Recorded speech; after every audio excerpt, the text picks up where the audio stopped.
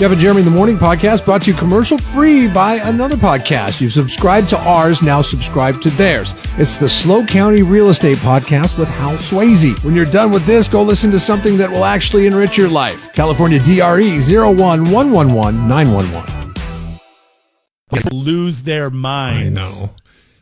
He writes in, he says, obviously Todd does not know how to handle the HOA. The easiest way is to bribe them with expensive alcohol. It works every time. There's a tip for you. Can you smell what the government is cooking? It says he needs to join the HOA board so he can have a say. Oh, God. Another distraction in your life. Listen, man, I'm just trying to paint my house and move on with my life. Like they get their meat hooks into you. And it's funny because Lacrisha wrote a very funny, I don't know if she wrote this or if she got it from somewhere. But this is what she tells us the history of the HOA and why it exists. She says, in the beginning, Karens had nothing to do while at home. Then along came a neighbor that decided to change the way Karen behaved. They put their minds together and came up with a maniacal plan and called it the Homeowners Association scam. Naming this would convince others to join it because it makes them feel involved in their community, and all they had to do was just pay money. They made a bunch of nonsensical rules and encouraged each other to pay monthly. All that was next was to force everyone to be exactly the same. Follow, said the rules, and the Karens finally had a way to keep in all the know of the neighborhood business. Yeah, it sounds like our government for the last 4 years. Everybody's the same. Remember? Everybody gets the same job. Everybody does the same thing. Remember the Ministry of Information or Misinformation or Ministry of Truth? Yes. Remember they're going to hire that like editor from some like Washington Post or something like that, and she was going to decide who was telling the truth and who was not telling the truth. And then that went over like it should, like a ton of bricks, and was probably one of the nails in the coffin of the previous administration. But they tried. HOAs pushed that stuff through super quick. Yeah.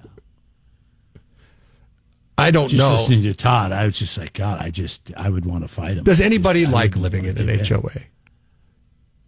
My wife has made the comment to me sometimes. She said, sometimes I wish our neighbor had an HOA because she doesn't like the way somebody's keeping their yard or something like that. I'm like, no, you don't.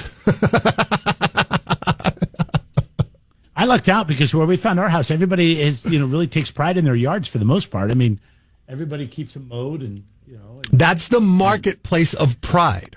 Okay? You should not have to pay to force yourself and others to have pride.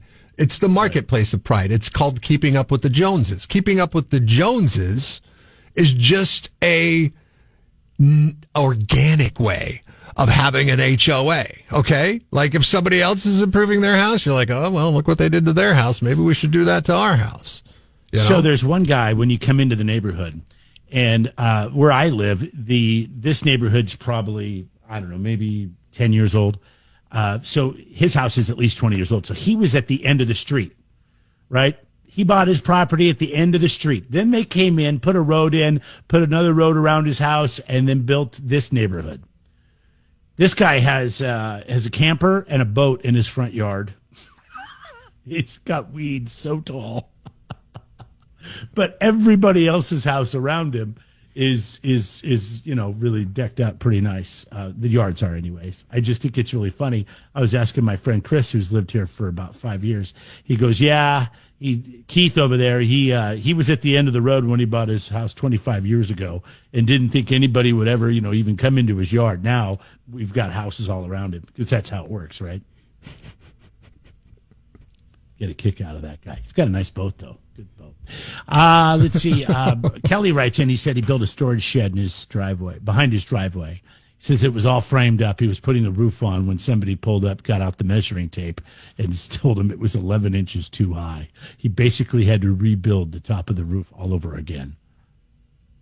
I built it on his own? And there's others. Oh, my God. 11 inches, really? I mean, it's like... I would tackle that guy. I would tackle that guy and pummel him in the driveway. The rental store, get yourself a little skid steer or something and dig out 11 inches to set your shed in. But of course, they'd probably have a problem with that too, because you messed with the way rain drains off the property into the neighbors. Did you put down 6 inches of gravel underneath that for drainage purposes? 93.3 KZOZ rocks the 805.